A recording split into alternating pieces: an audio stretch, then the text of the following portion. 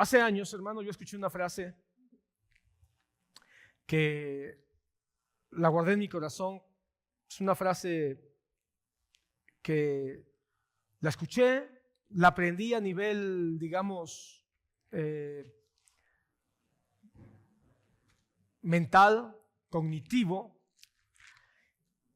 pero la verdad es que la he ido aprendiendo o ido entendiendo al paso de los años la profundidad de esta pequeña frase. Y esa frase es: aprende a escoger tus peleas. Aprende a escoger tus peleas. Quizá te suena como un dicho muy paternal, ¿verdad? Eso es un dicho que yo creo que suena de un padre a su hijo, ¿no? Pero es una frase que se puede aplicar a muchas áreas de la vida, hermano. Al matrimonio, por ejemplo. Los matrimonios a veces peleamos por cosas que no tienen mucha relevancia y nos enfrascamos en grandes pleitos y resentimientos, y a veces las cosas importantes las dejamos pasar. Con los hijos, hay que aprender a escoger nuestras peleas con los hijos. A veces terminamos enredándonos porque no nos gustan los pantalones que se puso. Pues eso es una pelea que quizá podemos dejar pasar para otra ocasión. Y realmente pelearnos cuando, por ejemplo, no quieren venir a la iglesia. Creo que esa es una pelea muy legítima por la que sí deberíamos de insistir y buscar todos los argumentos para que ellos se congreguen. Es más importante que se congreguen a que se pongan un pantalón de mezclilla que quizá tiene algunas roturas. Se puede aplicar en el trabajo. Escoger las peleas en el trabajo. Terminamos a veces peleándonos por cosas que no valen la pena y no defendemos realmente aquellas que sí son trascendentales o pueden serlo. Y en la fe pasa lo mismo. En la iglesia pasa lo mismo. Tenemos que aprender a discernir que no todas las batallas son iguales y que no todas las batallas se pelean de la misma manera. Si tú has leído las Crónicas de Narnia, que es un libro que de veras valdría la pena que todos leyéramos, creo que es un libro que también valdría la pena que la iglesia, que los jóvenes de nuestra iglesia retomaran de una manera muy seria. Pero el asunto, hermano, es que en las Crónicas de Narnia, si no me equivoco, es en el 3er volumen, Peter, uno de los personajes, uno de estos niños que aparecen, que ya había ido a la tierra de Aslan, este león que representa a Cristo, está un poco confundido porque no ve que el león, el gran león Aslan, intervenga en una batalla que tienen que librar. Y está no nada más confundido, sino preguntándose si realmente Aslan va a hacer algo al respecto en sus vidas. Y conforme avanza la historia, cuando el león se aparece a Lucy, la hermana de Peter, le hace saber algo muy importante. Le dice: nunca hago las cosas 2 veces de la misma manera. Y con las batallas es igual. No todas las batallas se pelean de la misma manera. La Biblia nos enseña eso también muy claramente cuando Dios le muestra a Josué cómo combatir Jericó. Pero lo hace de una manera muy diferente para destruir Jai. Entonces, hermano, hay que escoger nuestras batallas y hay que entender que no todas las batallas son iguales, por lo tanto, no se pelean de la misma manera. Y si nosotros aprendemos a discernir cuáles son las batallas importantes, vamos a caminar con un poco más de propósito. Nos vamos a desgastar menos. Porque hay quien anda por la vida, hermano, peleándose con todos en el camino.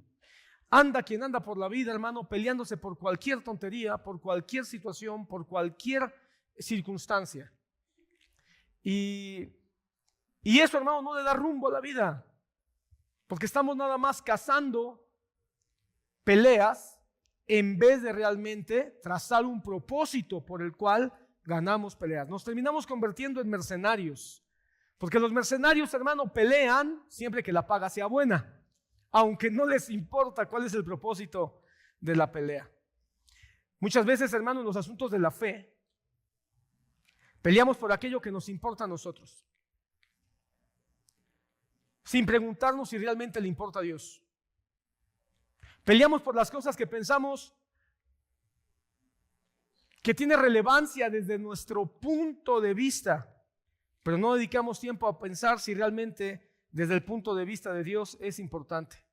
Muchas veces terminamos defendiendo nuestra opinión porque es nuestra opinión, porque la aprendimos así, porque así nos la enseñaron, porque lo hemos hecho siempre de la misma manera, no necesariamente porque esté glorificando a Dios. Podemos terminar en asuntos de la fe, en asuntos de la iglesia, podemos terminar haciendo de nuestras propias preferencias de cómo se deben hacer las cosas, terminamos convirtiéndolos en los mandamientos que rigen o que deberían de regir, no necesariamente porque son fieles a la doctrina bíblica. Bueno, cuando somos cristianos, con este pensamiento, ahorita vas a ver a dónde voy, hermano.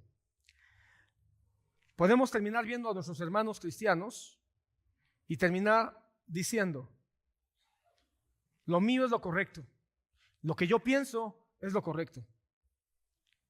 Mi estilo de hacer las cosas, mi manera de orar, mi manera de evangelizar, mi manera de hacer los cultos, eso es lo correcto. Sin juzgar qué fundamento tiene bíblicamente o qué fundamento tiene doctrinalmente o qué fundamento tiene desde el punto de vista de lo que el Señor nos enseña. Sencillamente es correcto porque es lo que yo hago, lo que yo he aprendido, lo que a mí me gusta, lo que a mí me parece. Es aquí donde la Biblia tiene algo que decirnos. Abre tu Biblia en Romanos capítulo 14. Yo voy a leer la Biblia, Nueva Biblia de las Américas, para que me acompañes ahí con tu lectura en tu Biblia. Capítulo 14, versículo 1, hasta el versículo 6. Dice así la palabra de nuestro Señor. Acepten al que es débil en la fe, pero no para juzgar sus opiniones. Uno tiene fe que puede comer de todo, pero el que es débil solo come legumbres. El que come no desprecia al que no come, y el que no come no juzgue al que no come, porque Dios lo ha aceptado. ¿Quién eres tú para juzgar al criado de otro? Para su propio amo está en pie o cae. En pie se mantendrá, porque poderoso es el Señor para sostenerlo en pie. Uno juzga que un día es superior a otro, otro juzga iguales todos los días. Cada cual esté plenamente convencido según su propio sentir. El que guarda cierto día, para el Señor lo guarda, y el que come, para el Señor come, pues da gracias a Dios. Y el que no come, para el Señor se abstiene y da gracias a Dios. Amén. Que el Señor bendiga su palabra. Puedes tomar tu lugar, gracias. El apóstol Pablo, hermano, no está de alguna manera hablando de situaciones doctrinales. El Señor no está hablando de aquellas cosas que son fundamentales doctrinalmente hablando. El apóstol Pablo tampoco está hablando de algo que no sea espiritualmente conveniente. Él está claro que aún en esto hay espiritualidad. Aún en estos consejos y recomendaciones que está dando hay una gran expresión espiritual. ¿Y sabes qué es lo que nos está diciendo en pocas palabras? Que no todas las batallas valen la pena pelearse. Lo que nos está diciendo es que no todas las cosas tienen el mismo peso de importancia. No todas las cosas tienen la misma fuerza de relevancia. Y que deberíamos discernir cuáles son aquellas cosas que son secundarias y que bien podríamos dejar pasar, y cuáles son realmente los criterios fuertes de salvación. Si tú has leído Romanos, y si tú estuviste atento durante todas las enseñanzas que tuvimos más de un año estudiando el libro de Romanos los miércoles, te habrás dado cuenta que el apóstol Pablo dedica 11 capítulos, desde el capítulo 1 hasta el capítulo 11, él dedica para hacer todo un análisis teológico y doctrinal acerca de la salvación. Y establece muy claramente cuáles son los parámetros para entender la salvación, la gracia, la redención, la regeneración. Todos esos aspectos él los menciona desde el capítulo 1 al 11.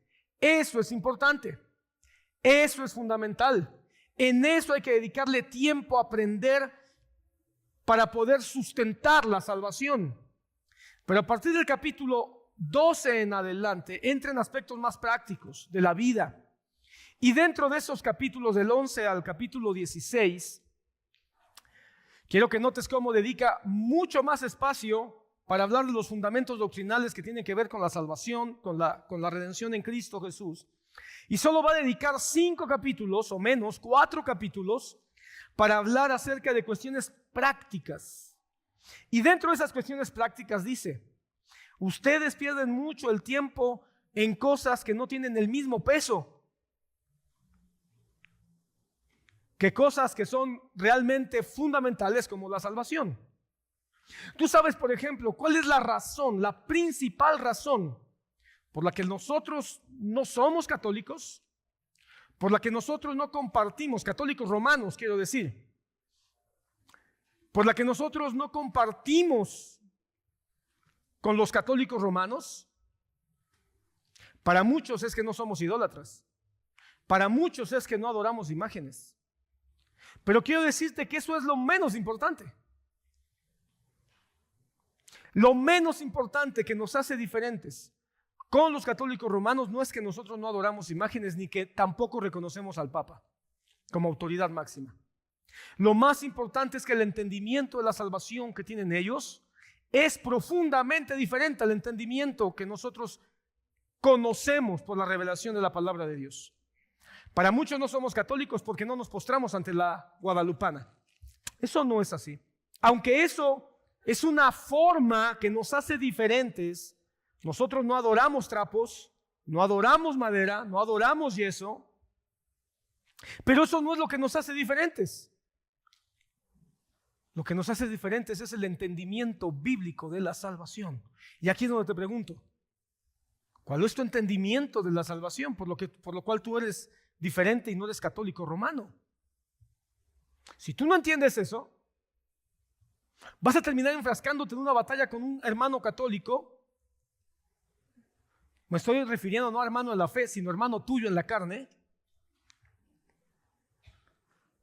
Con un hermano tuyo o tu papá o tu mamá que son católicos, y te vas a enfrascar tratando de convencerle por qué no deben adorar imágenes. Y eso no es lo más importante.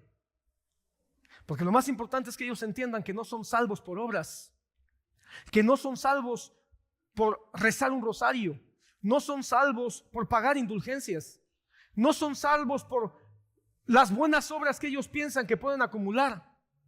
Ellos pueden alcanzar la salvación si entienden la gracia redentora de Dios por medio de Jesucristo.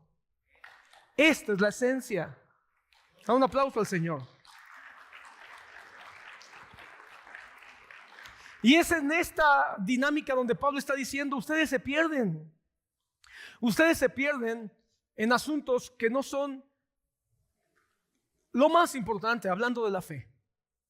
Y lo más tremendo es que esto puede llegar a, no nada más aquí católicos romanos y cristianos, católicos romanos y católicos protestantes, porque también en un sentido somos católicos porque creemos en un evangelio universal. Pero aquí es donde radica la gran diferencia. ¿Por qué nosotros no creemos que los católicos sean cristianos? Porque ellos han robado el principio bíblico de que solo por Cristo se es salvo. Ahorita los católicos traen una bronca y traen una guerra terrible, hermano, porque este Papa acaba de sacar no sé cómo le llaman, una bula, no sé cómo le llaman ahora, diciendo que efectivamente, después de hacer un análisis profundo teológico, han llegado a la conclusión que María no es corredentora. Eso no es ninguna novedad, no para nosotros. Pero todos los católicos que han estado adorando a María como corredentora se pusieron de pestañas. Y hay movimientos dentro del catolicismo ahorita que están diciendo: no aceptemos lo que dice el Papa. Ya se están haciendo protestantes. Pero protestantes negativos, ¿verdad? Pues que ellos se quieren levantar contra el Papa, pero para seguir adorando a María. Entonces, hermano, ¿dónde estaba? Bueno, el asunto, hermano, es que Ellos están en una batalla ahora por estas cosas que nosotros hace siglos que el Señor nos ha traído luz acerca de que la salvación es solo por Cristo. Amén. Ahora, esto está pasando en la Iglesia Católica, pero también dentro de la Iglesia evangélica hay estas guerras intestinas. Y yo quiero que entremos a un punto antes de contarte un asunto de estas guerras internas, o más bien, vayamos al punto de las guerras que hay, o una guerra en particular que nos sirve de ejemplo para lo que quiero compartirte el día de hoy. ¿Has escuchado el término batalla cultural? ¿Sí? Ok, es una expresión que se ha usado mucho en las últimas décadas, la batalla cultural. Y muchos dicen que es la batalla cultural donde la iglesia está perdiendo. La iglesia está perdiendo en la batalla cultural. Porque la batalla cultural, hermano, es todo aquello que empieza a afectar la cultura. Y la cultura, hermano, es todo lo que una sociedad hace de manera cotidiana y que la define. Lo que comen, lo que juegan, cómo se divierten, cómo conviven, cómo se relacionan, cómo hacen política. Todo eso es lo que define una sociedad, su cultura. Y muchos han llegado a la conclusión de que la batalla cultural, la iglesia la está perdiendo. ¿Por qué? Porque hay otras corrientes, otros pensamientos, otras ideologías, otras filosofías, otras costumbres que están impregnándose dentro de la sociedad, y conforme se empiezan a impregnar, se quedan a quedar ahí, y eso empieza a definir la sociedad, y entonces la sociedad comienza a cambiar en base a la influencia cultural o en base a la forma en que la cultura misma se está moviendo. ¿Qué es lo que está influyendo más? ¿Qué tipo de música está escuchándose más? ¿Qué tipo de arte se está produciendo? ¿Qué tipo de pensamientos políticos, sociales, etcétera? ¿Qué tipo de pensamientos religiosos y doctrinales están teniendo más influencia también dentro? Un ejemplo muy claro de cómo la cultura está siendo dominada o cómo la cultura está cambiando en cuestiones de fe es cuando tú ves países como Francia, como Inglaterra, como España. Empezaron a entrar los musulmanes hace ya varias décadas y empezaron a impregnar su cultura religiosa. De tal manera que ahora Francia está despertando, España está despertando, Inglaterra está despertando y están diciendo, ¿qué pasa? Ya no somos lo que éramos antes. Porque ahora ya la cultura está llegando a las calles, está llegando a los centros recreativos, está llegando a los centros comerciales, está llegando a los medios, y los musulmanes han estado infiltrando su cultura. Y es una cultura pues que tiene muchas áreas muy peligrosas. En muchas áreas, no quiero tomar mucho tiempo, si no, no vamos a acabar. Pero ahora están despertando porque la cultura de estos países comenzó a cambiar a causa de cómo los musulmanes empezaron a meter, a imponer en muchos lugares, en muchos barrios, en muchas colonias, sus costumbres. Bueno, el cristianismo también tiene una influencia cultural. El cristianismo ha influido culturalmente, hermano, desde que Cristo resucitó y dijo, vayan por todo el mundo y hagan discípulos. En esa orden iba implícito una influencia en la cultura.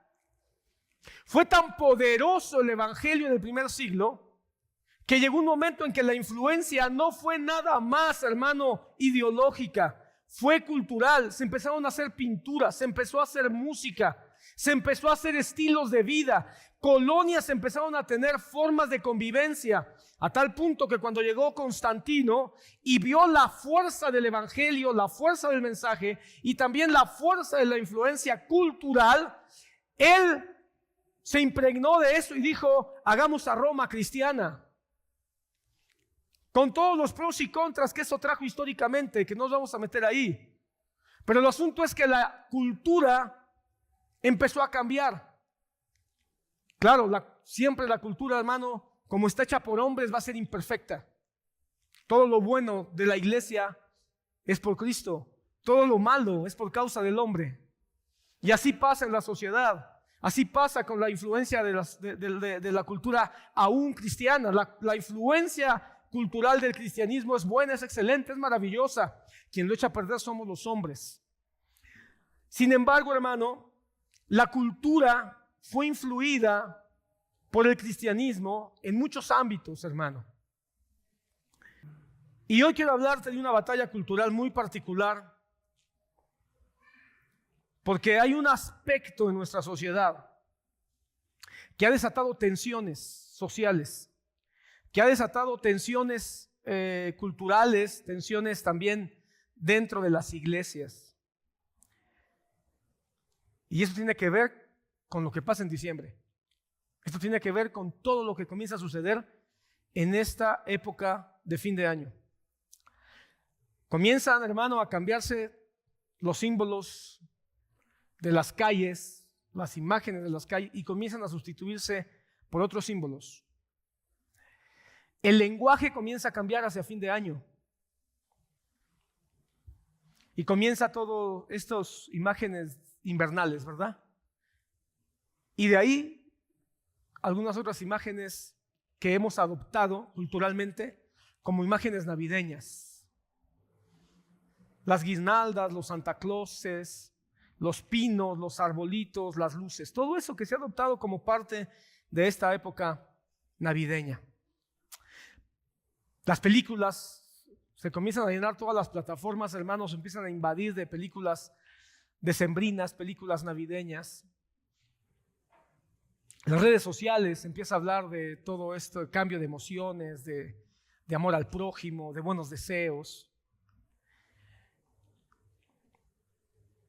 Pero hay algo también que culturalmente empieza a convertirse en una tensión. Y eso es el nombre de Jesús.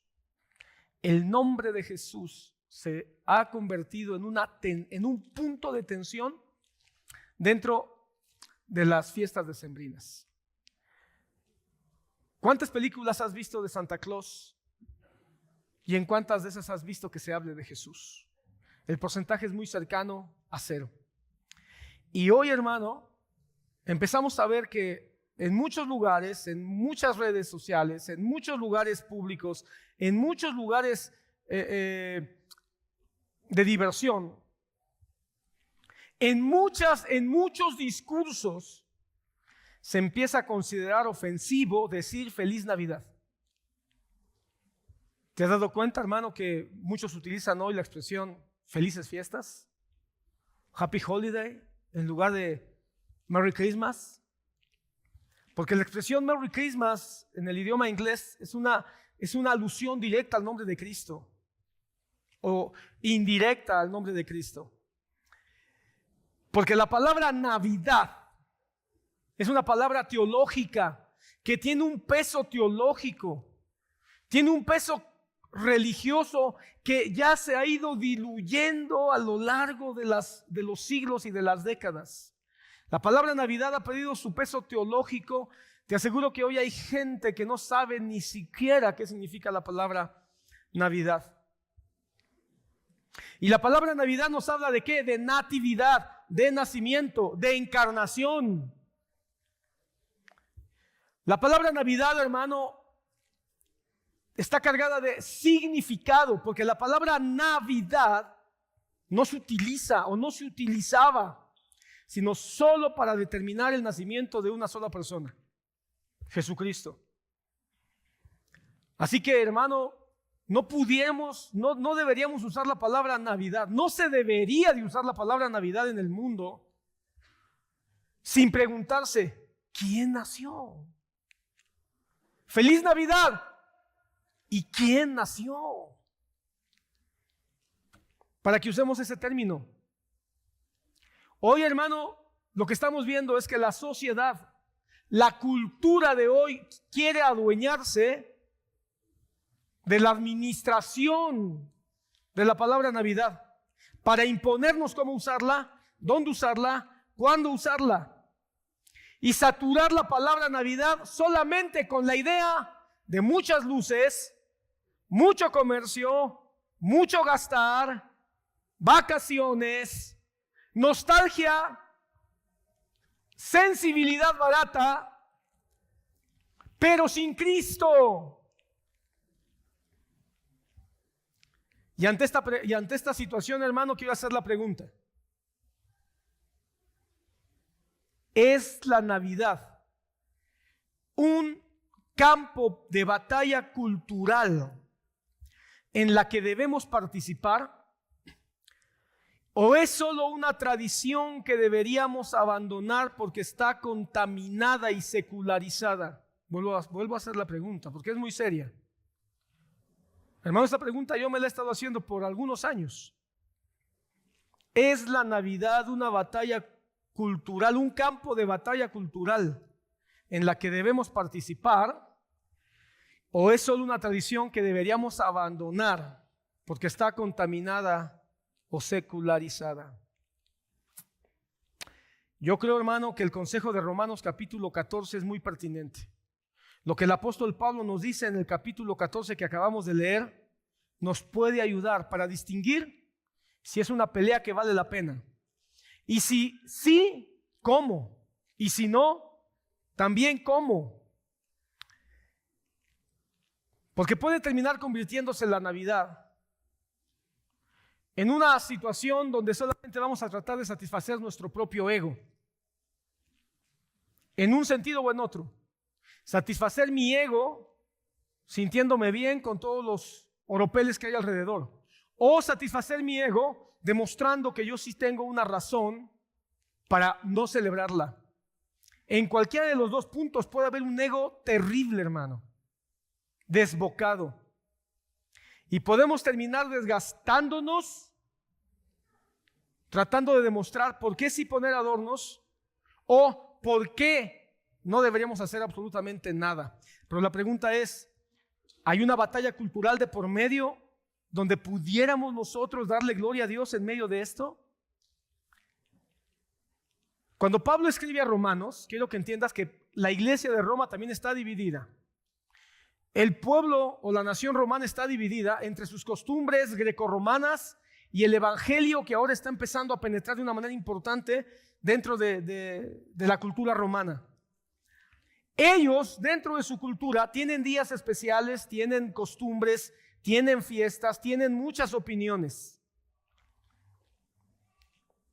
Y no saben qué hacer con todo eso que los está bombardeando. Si deben de continuar con algunas cosas que en Roma se están practicando, o cómo deben de enfrentar, o se deben de ir a vivir a una isla lejana para no tener que convivir con ninguna de las cosas que están ocurriendo en su cultura.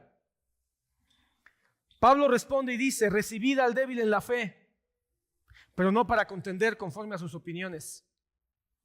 Reciban al débil en la fe, pero no para decirle estás mal en tu vida, pero no para decirle tu manera de pensar es absurda, torpe, idólatra o cualquier otra acepción.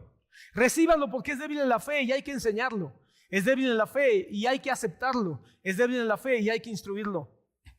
En otras palabras, lo que él está diciendo es sus opiniones personales y su propia manera de hacer las cosas no importa. Lo que importa es que la fe sea sembrada aún por encima de tus propias opiniones. Romanos 14:6 dice: el que hace caso de un día, lo hace para el Señor. Y el que no hace caso de un día, para el Señor no lo hace. Esta es la versión NBI. Hermano, nunca más pertinente un versículo para hablar de las festividades navideñas. Unos hacen un caso enorme de la festividad navideña y otros no hacen no le dan ningún tipo de importancia. Pero el apóstol Pablo no dice que uno está bien y otro está mal. El apóstol Pablo no está diciendo que uno está haciendo lo correcto y otro está haciendo lo incorrecto. El apóstol Pablo no está diciendo que uno está ofendiendo a Dios y el otro no lo está ofendiendo. Todo lo contrario, él dice: ellos lo hacen para el Señor y para el Señor lo hacen. Estos no lo hacen para el Señor y para el Señor lo dejan de hacer. Entonces la preocupación de Pablo no es si alguien celebra un día o si no lo celebran. Para Pablo no es importante el día, no es importante la fecha. Para Pablo lo importante es cómo entendemos a Cristo y su redención. En el versículo 17 nos va a decir otra cosa. Dice el versículo 17, ahí mismo, el capítulo 14. El reino de Dios no es comida ni bebida, sino justicia, paz y gozo en el Espíritu Santo. Aquí Pablo, hermano, nos va a dar una brújula espiritual que no debemos olvidarla nunca, hermano. No gastes tus fuerzas peleando guerras secundarias. Descubre cuáles son las esenciales. Comida y bebida no son guerras que valgan la pena. ¿Qué se come, qué no se come? ¿Qué se pone, qué no se pone? No son las guerras importantes. Lo importante es la justicia, la paz y el gozo. Y la justicia, la paz y el gozo en el Espíritu Santo viene por Cristo, en Cristo y para Cristo. Amén. Entonces, hermano, esto conecta directamente con si la Navidad es una batalla cultural. Hermano, muchos nos hemos desgastado peleando una batalla equivocada con la Navidad. Nos desgastamos, hermano, defendiendo a veces una fecha y tratando de demostrar la realidad o no de una fecha. Al igual que muchos se desgastan defendiendo su estilo musical, hay quien se la pasa defendiendo el estilo musical cristiano que le gusta. Igual que muchos se desgastan defendiendo los adornos que debería haber en la iglesia, ¿o no? Hay gente que se pelea porque se ponen luces o no se ponen luces, se ponen nochebuenas o no se ponen nochebuenas, en vez de pelearse si realmente ya entendió a Cristo y la salvación.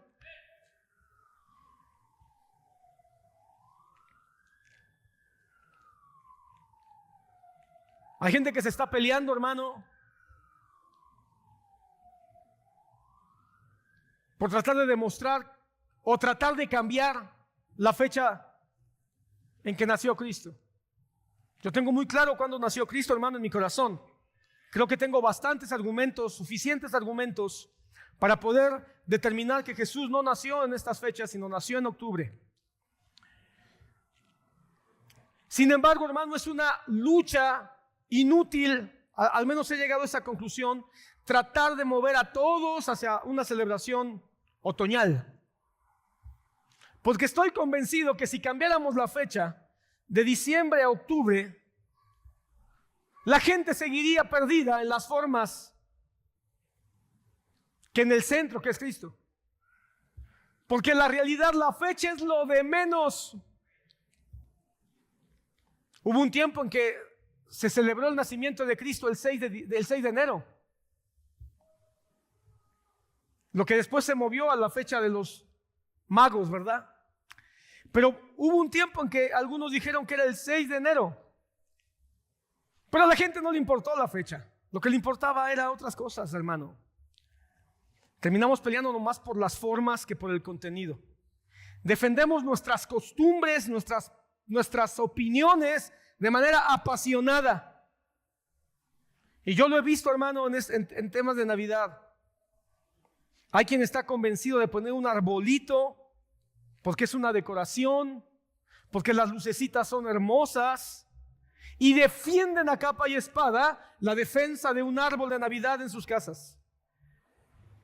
Hay otros que defienden el no poner un árbol y se pueden poner, hermano, de una manera agresiva, violenta y ofensiva para tratar de demostrar que el árbol de Navidad es una cultura nórdica que se popularizó en Alemania, y algunos que todavía son más aventurados tratando de demostrar que es un ídolo pagano de la antigua Babilonia. Pero eso es predicar a Cristo. Eso es predicar el señorío de Cristo. Ese es el evangelio que Jesús enseñó para que la gente pueda llegar al conocimiento de la salvación por gracia.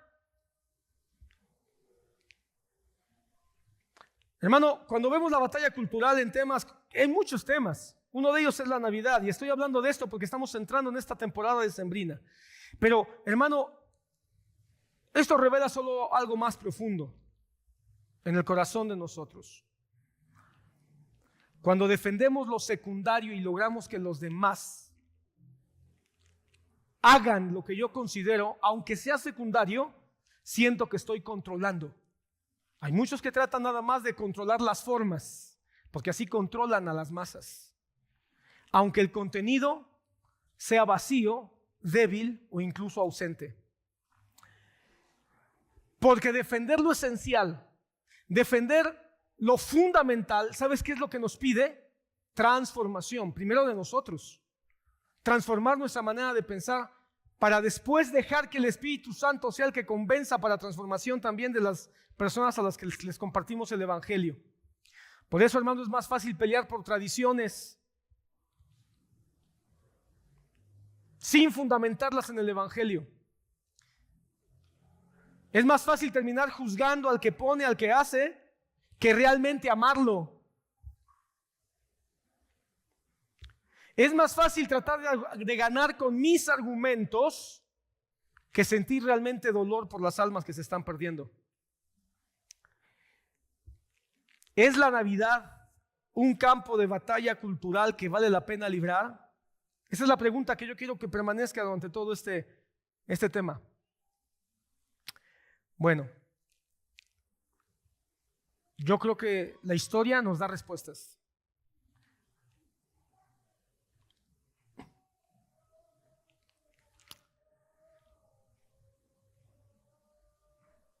En el siglo XVII, pon atención, en el siglo XVII hubo una guerra en Europa muy fuerte, hermano, que dejó miles de personas muertas, que se conoce como la Guerra de los 30 años. Duró más que las 2 guerras mundiales juntas, solo para que entiendas de qué estamos hablando. Duró más que las 2 guerras mundiales juntas. Y no fue una guerra, hermano, entre ateos. Fue una guerra entre cristianos. De hecho, hermano, la guerra de los 30 años, su razón de ser nació, después se convirtió en otra cosa, pero nació por diferencias teológicas. La guerra de los 30 años fue de alguna manera la respuesta violenta del catolicismo romano a la reforma que 100 años antes había tenido o había iniciado en Europa. Así que comenzaron los católicos y los protestantes comenzaron a tener pugnas entre ellos. Pero ¿sabes qué es lo más interesante? Que en medio de todo eso, siempre, ya sabes, donde hay guerra y confusión, los propios cristianos también comenzaron a pelear. Es increíble, hermano, que los luteranos y calvinistas, los discípulos de Lutero y los discípulos de Calvino, comenzaron a pelear entre ellos. Cuando Lutero y Calvino, casi 100 años antes, se levantaron de manera unificada para combatir la mentira y la oscuridad que había en el mundo. Ahora los discípulos, los luteranos y calvinistas, estaban comenzando a tener diferencias entre ellos y aprovecharon la guerra de los 30 años para también confrontarse, hacer alianzas con gobiernos, hacer alianzas incluso entre ellos, hacer alianzas con algunas facciones católicas con tal de destruir a los otros. Y no fueron los únicos, quizá ellos eran los más relevantes porque eran los que tenían de alguna manera, por decirlo de esta forma, una representación más grande de su doctrina. Pero había otros grupos, por ejemplo, más al norte, hermano, los países que estaban más al norte, los Países Bajos, comenzaron a desmarcarse y comenzaron a hacer su propia facción cristiana evangélica para no tener nada que ver con los que estaban peleándose en Francia, en Inglaterra, en Alemania, etc. Los cristianos estaban peleando. Tenían sus opiniones, tenían sus puntos de vista. Y aprovecharon esta guerra para sacar sus diferencias teológicas y descalificar las opiniones de los otros en cosas que eran totalmente secundarias y no fundamentales. En lo fundamental, luteranos y calvinistas creían lo mismo, pero después de casi 100 años había diferencias de forma que los estaba separando. ¿No es esto lo que seguimos viendo hoy, hermano? Entre cristianos. Y en medio de esa tragedia surgió un ministro luterano que yo creo que nunca has escuchado. Bueno, muchos quizá no han escuchado de él, quizá algunos sí. El nombre de este hombre, que ni siquiera fue su nombre real, era un seudónimo, Rupertus Meldenius. Rupertus Meldenius. Él escribió una frase que muchos han olvidado que él fue quien la escribió primero. Esta frase la hizo famoso John Wesley casi 100 años o más de 100 años después. Y muchos piensan que fue Juan Wesley quien la dijo por primera vez y lo citan, pero no fue Juan Wesley. Juan Wesley la escuchó, la leyó de Rupertus Meldenius, quien escribió esta frase en medio de un movimiento de discordia terrible entre naciones, pero también entre cristianos. Y esta frase dice: en lo esencial, unidad; en lo no esencial, libertad; pero ante todo, caridad. Y no lo hizo, hermano, porque estaba tratando de defender su posición. Lo hizo porque vio que había una guerra entre hermanos y él sabía que la guerra política quizá ahora ya no podían frenarla, pero él pensó: frenemos la guerra entre hermanos. Y esta frase sigue siendo hoy, siglo XXI, hermano, un mensaje urgente. No destruyamos la iglesia intentando defender a la iglesia. No destruyamos la iglesia intentando defender a la iglesia, pensando que mis opiniones particulares sobre algunas cosas que son secundarias, a veces hasta de cuarto orden, son lo que define a la iglesia, y a la iglesia no lo definen estas cosas, lo define Cristo. La Navidad no define a la iglesia. Si Jesús nació el 25 o nació en octubre, eso no define a la iglesia. La verdad sin amor, hermano, se vuelve en violencia. Es que yo tengo la verdad y entonces la impongo. Quizá puedes tener la verdad, pero muy violento. Y ese no es el corazón de Cristo.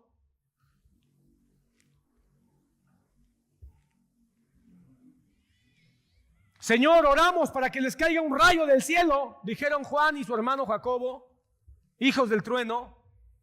Tenemos la verdad, Cristo es la verdad, caminamos con la verdad, oremos para que les caiga fuego. Y el Señor les dijo: calmados, serenos, morenos.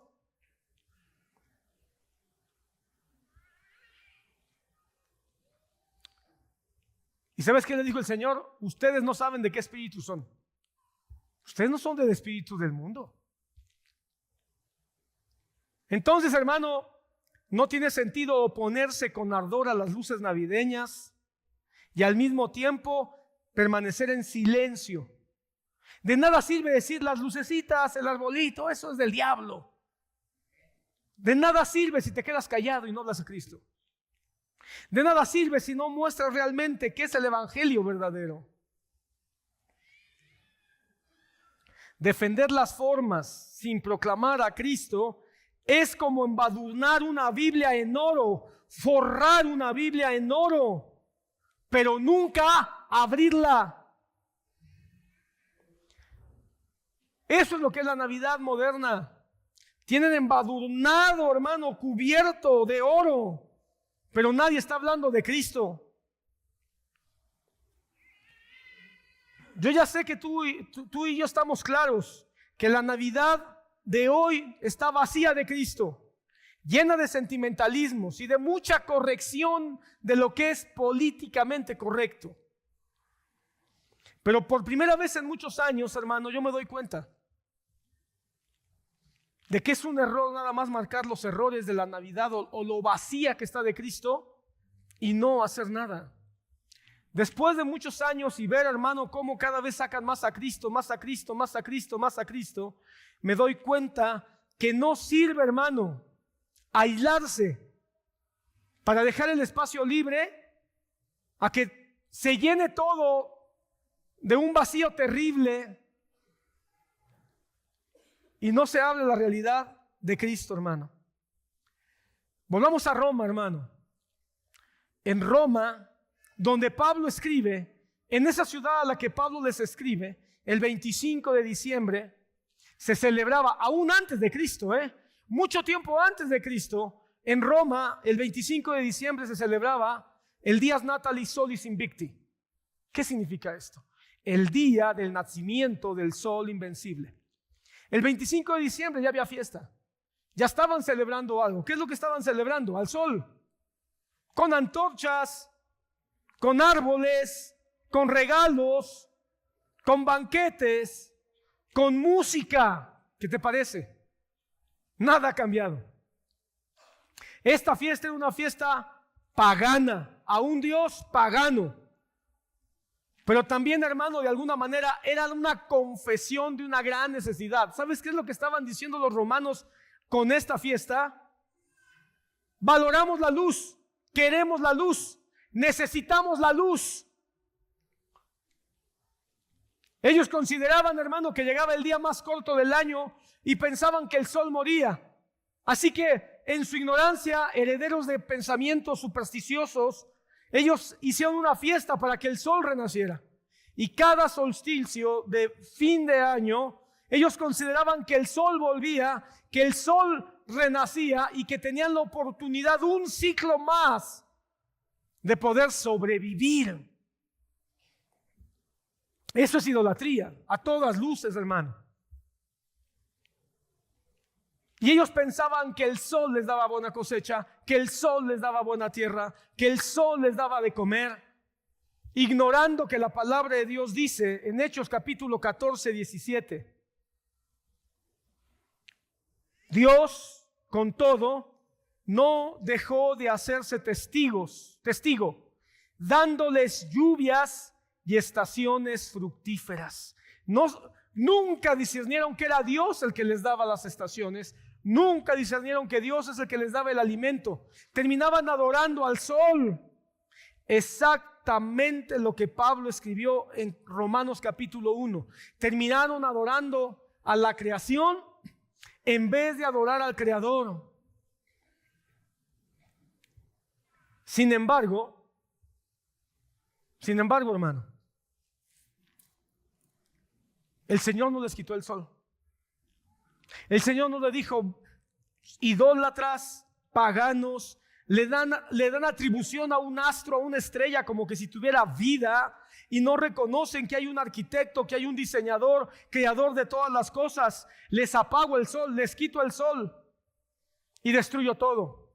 No, el Señor no hizo eso. No trató de imponerse con violencia. ¿Qué fue lo que pasó?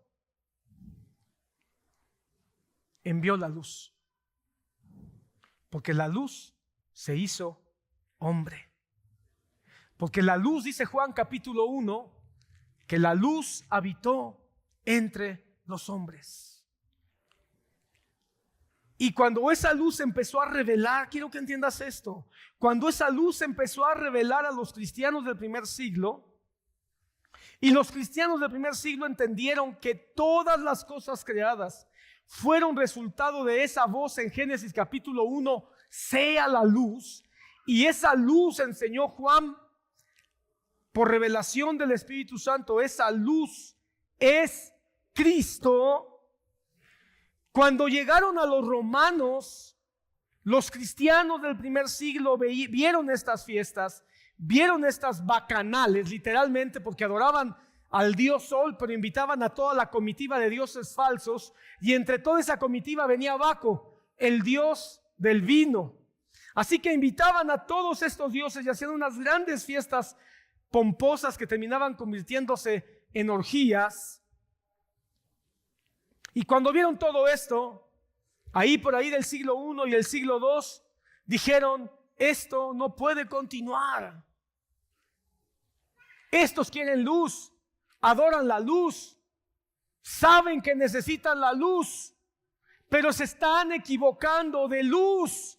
Hablemosles de la luz verdadera. No vinieron ellos diciendo, arranquen sus luces falsas, arranquen sus antorchas. Lo que ellos vinieron diciendo fue, conozcan a la luz verdadera. No llegaron tratando de manera violenta a imponerse, diciéndoles, esta es la fecha equivocada. Ellos dijeron, tienen que mirar a Cristo aún en esta fecha. Agustín de Hipona, hermano, él escribe en el siglo IV, Él escribe acerca de las festividades que se hacían en diciembre. Y una de estas cosas que él dice es lo siguiente: no celebren el día, hablando de la Navidad, hablando del 25 de diciembre, no celebren el día en honor al sol, sino en adoración a aquel que hizo el sol. Otro padre de la iglesia, Ambrosio de Milán, proclamó: Cristo es el verdadero sol, quien eclipsó a los dioses del antiguo orden. Todo esto en relación a lo que se estaba haciendo en estas fechas. Así que cuando ellos vienen, no se entregan a la cultura pagana, sino que la iglesia se mete a la batalla cultural del siglo I, II, III y IV y trata de influenciar en la cultura con la luz de Cristo, con el evangelio de Cristo, saturando de Cristo, del evangelio, de la verdad, del nacimiento, de la muerte, de la resurrección. A tal punto, hermano, que lograron que la mente cambiara y que entendieran que no debían adorar a la creación, sino al Señor de la creación. Entendieron que no había que adorar símbolos, sino a una persona. Entendieron exactamente lo que el profeta Malaquías anticipó. Malaquías 4:2 dice: mas a vosotros que teméis mi nombre, nacerá el sol de justicia y en sus alas traerá salvación. Llegó un momento, hermano, que el mundo romano celebraba el triunfo del sol físico, del astro, de la estrella de nuestra constelación. Pero vinieron los cristianos y comenzaron a bombardear de una manera profunda y anunciaron algo mucho mayor. En este día, en estas fechas, hay una luz eterna. Esa es superficial, es pasajera. Y con esa luz eterna viene la justicia, viene la salvación, viene la vida. Mira lo que dice Juan capítulo 1, versículo 5. La luz en las tinieblas resplandecen y las tinieblas no prevalecieron. Comenzaron a saturar con estas ideas, con estos mensajes. Lucas capítulo 2, versículo 11. Ha nacido un Salvador, no el sol no nació. Eso es una estrella. No importa qué pase con ese sol lo hizo el que nació. ¿Y quién nació?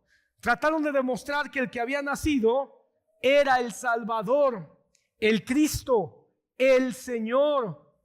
No trataron de meter símbolos, sino una fuerza real, viva, poderosa, eterna, que es la realidad de Cristo que nació, resucitó, fue elevado a los cielos y a quien esperamos hoy.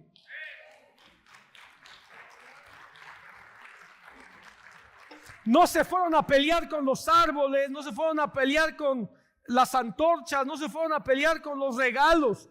Fueron a poner en el centro a Cristo. ¿Y qué crees? Lograron cambiar la fiesta. Tristemente, hermano, en la época medieval otra vez volvieron a mezclarse las cosas y luego los reformadores trataron de volver a cambiar, volvieron a pelear la batalla cultural los reformadores y trataron nuevamente de quitar los excesos y casi lo logran. Pero el hombre todo lo vuelve a deformar y todo lo vuelve a mezclar, y el hombre, como es un idólatra por naturaleza, como lo dijo Juan Calvino, el corazón del hombre es un fabricante de ídolos constante. Volvió la Navidad a mezclarse y a perder del centro que es Cristo. Pero lo que te quiero recordar es que en estas fechas, hermano, la iglesia ha tenido siempre una batalla, siempre una lucha, tratando de poner a Cristo en el centro. El paganismo, la idolatría trata de aprovecharse del centro que es Cristo. Y los cristianos han vuelto a levantarse. Pero el problema no es pelearse con los símbolos, no es pelearse con los ídolos. El asunto es poner a Cristo en el centro. Aquí una vez más surge la pregunta: ¿es la Navidad una batalla cultural? Yo digo sí. Pero no es una batalla de estilos contra estilos, de costumbres contra costumbres, sino es una batalla de Cristo contra una mente olvidadiza de quién es Cristo. Lo mismo que le pasó a Israel, hermano. constantemente olvidarse de quién era Dios, de qué había hecho Dios, de cómo los había ayudado, de cómo los había sacado de Egipto. Y hermano, he llegado a una conclusión, hermano, en mi vida. No vamos a ganar nada siendo agresivos. Jesús no vino agresivo. Eso no significa que no vamos a hablar con fuerza y con determinación lo que es verdadero. No vamos a ganar nada con imposición, tratando de imponer mi pensamiento, mi postura, mi opinión. Necesitamos una claridad bíblica, necesitamos una claridad evangélica, necesitamos una claridad teológica. ¿Y sabes cuál es la claridad teológica en las fechas de diciembre? La claridad teológica es muy sencilla.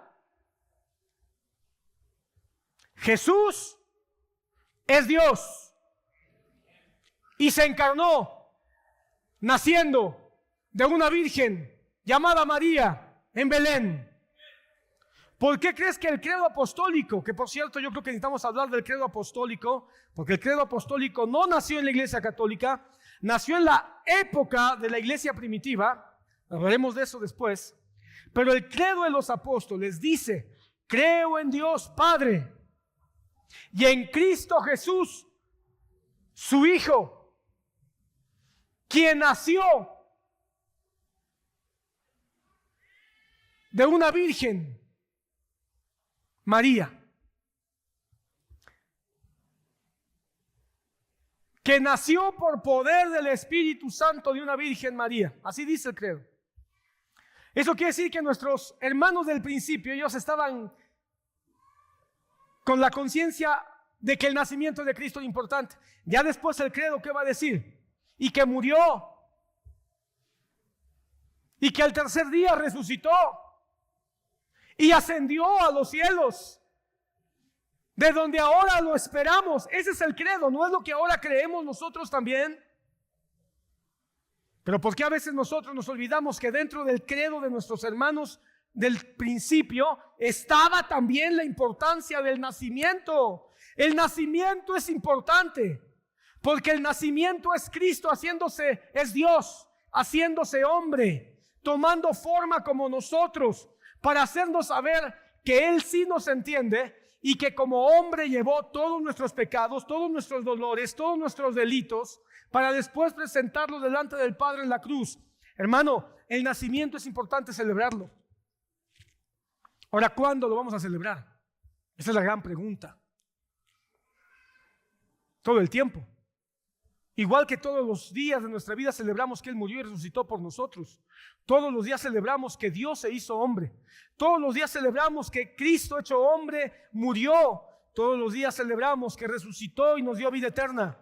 Y todos los días celebramos que pronto vendrá para llevarnos con Él para siempre. No obstante, como estamos hablando de una batalla cultural, y una batalla cultural que quiere sacar a Cristo del camino, tenemos que ser más valientes y más atrevidos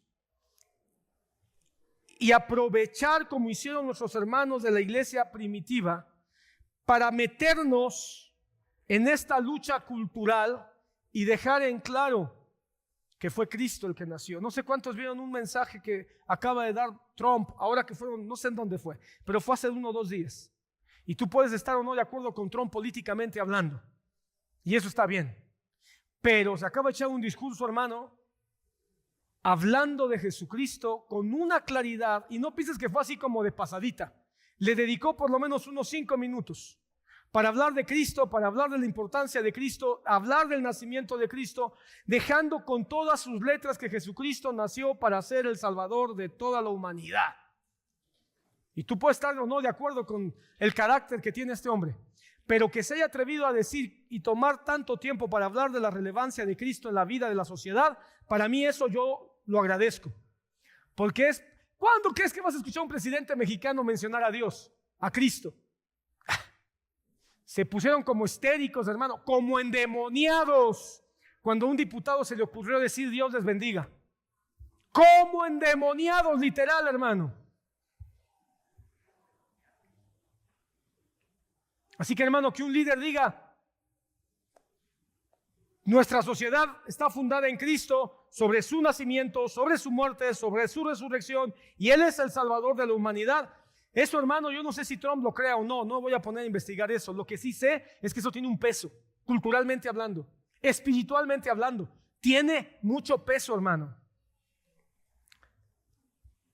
Así que sí, yo creo que la Navidad es una batalla cultural. Y los cristianos, en vez de estarnos peleando con los símbolos, tenemos que anunciar quién es Jesús, por qué nació, para qué vino, cuál es la relevancia si el ser humano conoce y entiende esta verdad. Reconocer que la Navidad es una batalla cultural, no significa que debamos de pelearnos. Cuando hablo de batalla no estoy hablando de pelearnos, estoy hablando de contrarrestar las fuerzas diabólicas que durante muchos años han tratado de quitar a Cristo del camino y lo han estado logrando. Por muchos años, hermano, yo he rechazado esta festividad. Porque yo estoy claro que Jesús no nació el 25 de diciembre, lo digo otra vez. Y también yo reconozco y estoy convencido que detrás de estas celebraciones hay mucho paganismo, hay mucho consumismo, hay extremada superficialidad. Cada vez que llega las fechas decembrinas, hermano, me pongo bravo. Y tengo clara esta convicción. Sigo firme, hermano.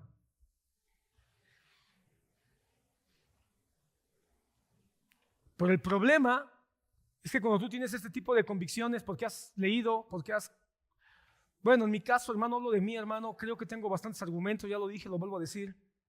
El problema es que esta postura se puede convertir en una postura llena de orgullo. Y uno puede terminar sintiéndose muy orgulloso de que tiene los pelos de la burra en la mano. Y creo que eso está mal. Solo porque tengo todos los argumentos y puedo demostrar. Y yo sí creo, hermano, lo digo, quizás suene orgulloso y quizás sí así es. Creo que si de algo tengo argumentos suficientes para demostrar con la historia, con la Biblia, que Jesús no nació el 25 de diciembre, que eso hace 30 años era un boom, hace 40 años era un boom.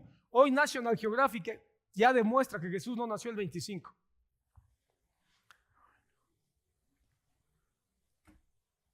Pero creo que puede ser solamente demasiado orgullo, hermano. No ayuda a nadie ser tan orgulloso tratando de defender una fecha y terminar cayendo en una negación total. En vez de pelearnos tratando de demostrar que Jesús sí nació o no nació, ¿por qué no proclamamos de manera fiel y humilde que Cristo sí nació? Y nació para salvarnos. Gastamos demasiada energía, o al menos yo, creo que he gastado demasiada energía demostrando que Jesús no nació el 25 de diciembre y denunciando la fecha, y denunciando y tachando de ignorantes a mis hermanos que no han tenido el tiempo o no han querido para poder investigar un poquito más y darse cuenta que Jesús no nació en estas fechas. Pero cuánto tiempo y cuánta energía hemos invertido para poder decir que sí es maravilloso, sí es glorioso, sí es algo prodigioso, que Jesús nació, que Dios se hizo carne, que sí murió y que sí resucitó. La batalla cultural entonces, hermano, no se gana solo rechazando prácticas, sino proclamando a Cristo. Decir Jesús no nació el 25 de diciembre es históricamente correcto. Es históricamente correcto. Pero si esto no conduce a nadie a Jesús, hermano, es lo que dice Pablo en Corintios 13. Címbalos que resuenan. Solo ganamos exactitud, precisión histórica, teológica, pero estamos perdiendo en la misión. Porque la misión es ir y predicar el evangelio a toda criatura. La misión no es, ve y demuestra qué listo eres. Ve y demuestra qué buenos argumentos tienes. Ve y demuestra que tu punto de vista y tu opinión personal tiene sustento. No, hermano, el evangelio es: Cristo vino, Cristo murió, Cristo nació, Cristo murió, Cristo resucitó, pagó nuestros pecados, ascendió al Padre y ahora nos ha restaurado por medio de su salvación. Si yo me enfrasco nada más tratando de demostrar Jesús no nació el 25, yo como en cualquier otro tema, ahí estamos tratando de demostrar un montón de temas que no son fundamentales, y me enojo y me violento,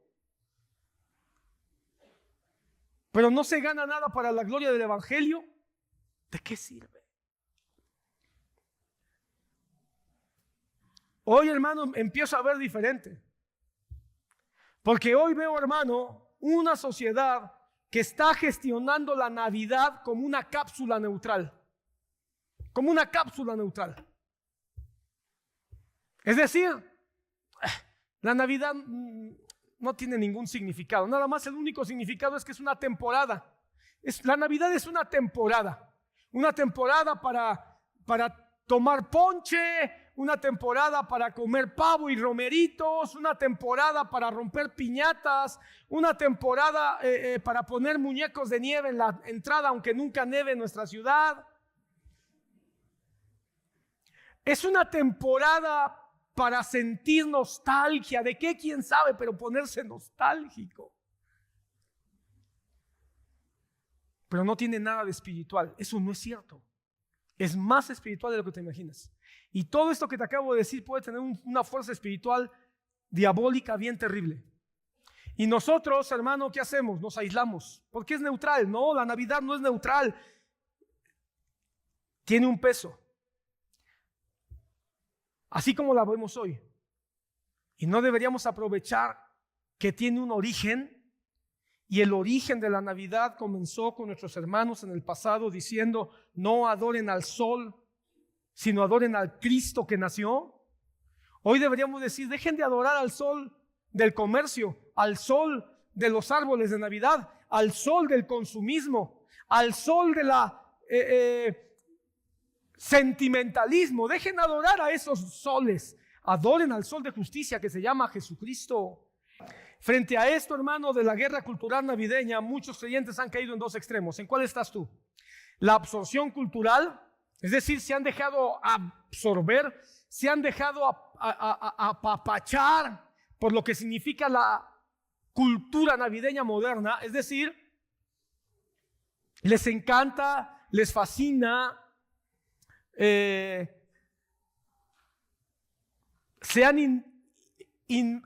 han sido inmersos totalmente, sin importar qué significa, sin importar de dónde viene. Solamente están en una rutina llena de costumbres y de símbolos. Se han dejado arropar por el arbolito y por las tarjetas y por todos estos artilugios navideños, y piensan que eso es lo más bonito de la temporada. O estás en el otro extremo, un aislamiento total. No, la Navidad me voy a contaminar. Así que no voy a pararme en un centro comercial, no voy a escuchar villancicos, no voy a pararme donde haya gente que dice que está celebrando la Navidad. ¿En cuál extremo estás? Romanos 14 creo que es sabiduría de Dios y nos invita a tener una fe madura que sabe, o que nos invita a discernir qué batallas vale la pena pelear.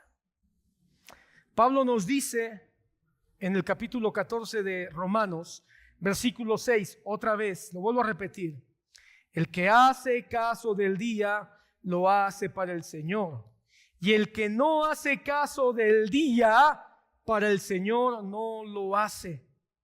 Así que si tú decides hacerle caso a ese día, hazlo para el Señor, no para el consumismo, no para el vacío, no para la cultura pop. Si le vas a hacer caso a ese día, es para que hables de Cristo, prediques a Cristo, bendigas a Cristo, exaltes a Cristo, hables de su nacimiento, muerte y resurrección. Porque si terminas haciendo algo ese día, nada más para llenarte de pavo y rompope, estás perdiendo la batalla cultural.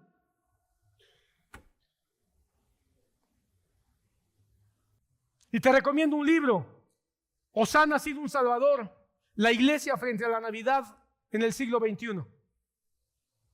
Es un libro, hermano, que he ido escribiendo, hermano, a lo largo de los años y se ha modificado mi pensamiento a lo largo de los años. Hoy este libro tiene esto que te estoy hablando. Cristo no nació el 25 de diciembre, pero no tenemos que meternos en una cueva. Hay una batalla cultural y hay que hablar de Cristo. En estas fechas hay que hablar más que nunca del nacimiento de Cristo. Esa es la conclusión que yo he llegado. Más que nunca, ¿sabes por qué? Porque la gente en nuestra cultura latina, aunque sea en lo profundo de su subconsciente, tienen metido que la Navidad surge por el nacimiento de Jesús en Belén. Así que saquemos eso de su subconsciente, pongámoslo en la mesa y digamos, a ver, ok, Navidad, ¿de qué estamos hablando? Jesús nació, ok, hablemos del nacimiento de Jesús. ¿Quién fue Jesús? ¿Qué hizo Jesús? ¿Para qué nació Jesús? ¿Qué hubo cuando Él nació? Trae el nacimiento de Jesús y ponlo en la mesa de sus navidades modernas. Y habla pero no se quedó en el nacimiento, no se quedó en el establo de Belén. Avanzó, creció, maduró como hombre. Pero también avanzó para cumplir el plan perfecto trazado por el Padre. Y si tú no reconoces el nacimiento de Jesús, su muerte y su resurrección, de nada vale que hoy pongas un nacimiento en el portal de tu casa. Porque el niño que nació es Dios, pero nació para morir y resucitar. Si te quedas solo con el niño del pesebre, te vas camino al infierno. Así de sencillo. Así que, hermano, si vas a hacer algo, no lo hagas por los símbolos. No es necesario que pongas un árbol de Navidad. No es indispensable, nada tiene que ver con Cristo el árbol de Navidad. No necesitas ni siquiera hacer una cena especial. Las cenas navideñas nada tienen que ver con Jesús. Ni necesitas adornar tu casa con flores, con guirnaldas, con osos, con pingüinos y con... Nada de eso tiene que ver con Jesús. Mira, ni cantar villancicos, aunque hay un montón de villancicos. Lutero escribió villancicos. Hay un montón de villancicos que realmente están inspirados para poder exaltar el nacimiento de Jesús. Esos villancicos no nada más deberías escucharlos, deberías analizarlos y deberías compartirlos con otros. Pero para decirle, pero no es para que te pongas sentimental, es para que veas cómo y quién es aquel que nació en el pesebre. No necesitas intercambiar regalos, hermano, porque eso no es la Navidad, eso es una herencia de la cultura que no es nuestra cultura. Ahora, si lo haces, ¿por qué no regalas a Cristo en un libro? Todas estas cosas, hermano, ¿sabes dónde entran? En lo que dice Pablo a los romanos, en el ámbito de nuestra libertad. De nuestra libertad. No está en el ámbito de los mandamientos ni en el ámbito de la doctrina. Si tú celebras, ahora quiero que esto quede bien claro, porque seguramente muchos van a salir diciendo, el pastor ya dijo que podemos celebrar Navidad. No, lo que estoy diciendo es que celebres el nacimiento de Cristo. ¿Y qué no es lo mismo? Depende. Porque si tú interpretas Navidad como el nacimiento legítimo del Dios que se hizo carne naciendo en Belén, en el vientre de María, para que Él demuestre que Él es el Señor y Salvador y te puede redimir de tus pecados, entonces sí es Navidad. Pero si para ti Navidad, y podemos celebrar Navidad, y para ti Navidad es arbolitos, lucecitas, regalitos, ponche, etcétera, entonces no estamos hablando de lo mismo. Así que no salgas diciendo, el pastor ya nos autorizó a celebrar Navidad, voy a poner mi árbol de Navidad. Yo no te autorizo ni te desautorizo nada. A libertad fuimos llamados.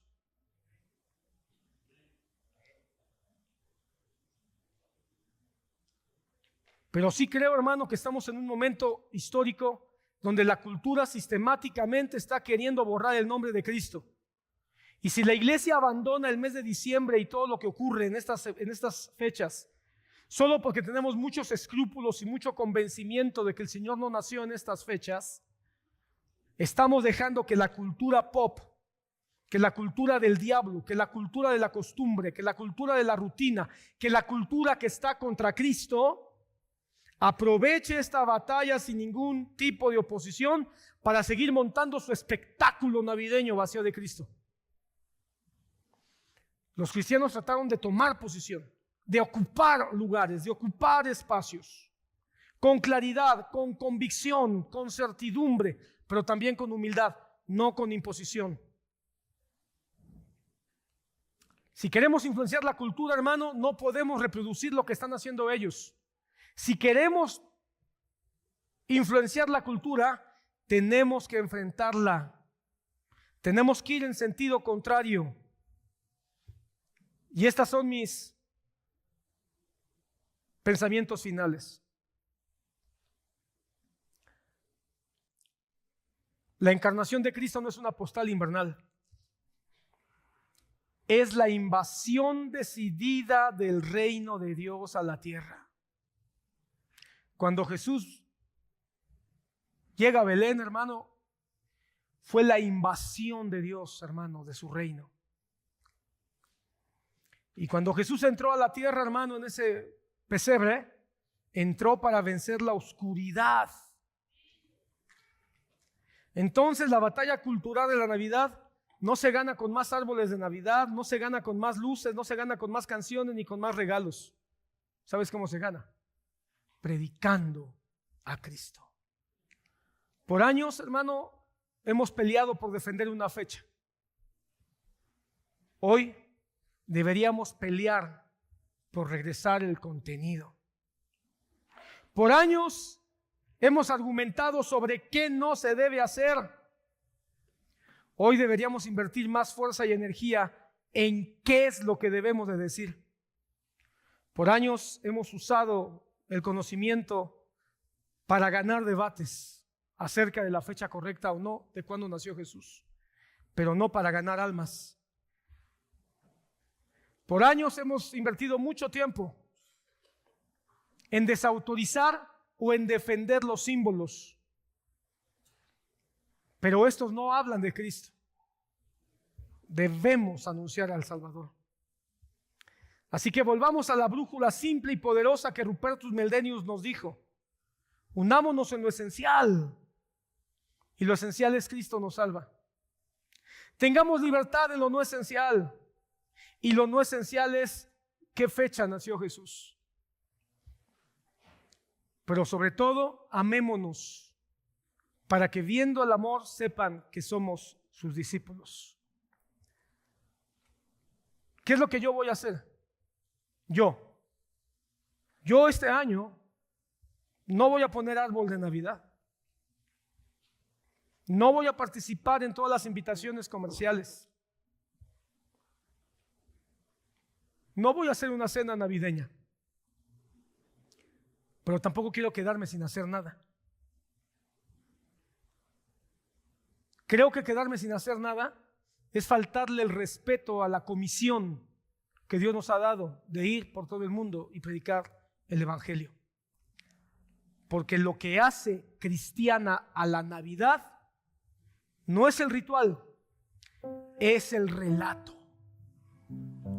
Lo que hace cristiana a la Navidad no es el ritual, es el relato. Y ese relato maravilloso, Cristo haciéndose hombre, Dios haciéndose hombre, Dios visitando una virgen, Dios naciendo en un establo, Dios rodeado de un ambiente tan sencillo y tan humilde, Dios manifestando su gloria a los pastores en el campo con ángeles, Dios haciendo que los poderosos y sabios vengan a rendirle homenaje, Dios haciendo que una estrella se pose sobre el lugar más sencillo y menos esperado para que nazca un rey. y hacernos saber que de esa manera tan sencilla y humilde estaba escondido el más grande, el más poderoso, que años después subiría a la cruz del Calvario para demostrar que Él es el Hijo de Dios. Ese relato debe de hablarse, debe de compartirse, debe de recordarse. Debemos de hablar de este relato, hermano, con convicción, con seguridad, con emoción y con humildad. La batalla cultural está también en la Navidad. Perdón que sea redundante, pero no es una batalla con árboles de Navidad, ni con regalos, ni villancicos, ni ponche. Es una batalla cultural haciendo visible a Cristo en una cultura que está aferrada y empecinada en borrar su nombre de la conversación pública navideña. Diluir, hermano, el nombre de Jesús, nada más dejando que hagan de esta fecha solo un homenaje a Santa Claus, a las compras, al consumismo y a la comida. Hermano, eso es ser cobarde. Esta batalla no se gana absorbiéndonos nosotros el sistema. No se va a ganar siendo agresivos, ni religiosos, ni legalistas. No se va a ganar introduciendo a la iglesia esos símbolos paganos. Se va a ganar anunciando en nuestras conversaciones, en nuestro trabajo, en nuestra escuela, en nuestras visitas a nuestros familiares. Y por primera vez en muchos años lo digo, incluso invitando gente a nuestros hogares. No a una cena navideña lujosa ni fastuosa, sino quizás solamente a tomar un café y unas galletas, pero sentados a la mesa decirles: hoy te quiero contar la historia del que nació para salvarte. Usemos esta fecha, pero no porque esta fecha sea sagrada, sino porque es estratégica. No porque creamos que Jesús nació el 25 de diciembre, sino porque estamos seguros de que sí nació. No hay que esconderlo. Sí murió y sí resucitó. No porque queramos imitar la cultura, sino porque queremos irrumpir en la cultura.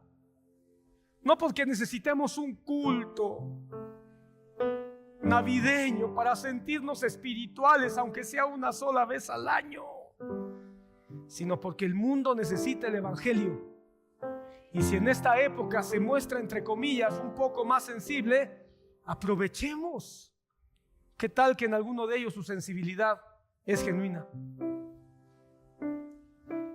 Así que esta Navidad, con árbol o sin árbol, con cena o sin cena, cantando villancicos o quedándonos en silencio, pongamos a Cristo en el centro. Hoy, digamos a las personas: ven, mira a Cristo. No les demuestres lo que tú sabes, lo que tú ya investigaste. No trates de demostrarle que tu postura es la correcta bíblicamente o teológicamente. No, sencillamente diles: ven, quiero que vean a Cristo. Jesús es la luz y la luz se manifestó. Jesús es la luz y la luz venció a la muerte, al pecado, a las tinieblas y a Satanás. Jesús es la luz y la luz tiene que seguir brillando. No la apaguemos, no la escondamos. Pongámonos de pie.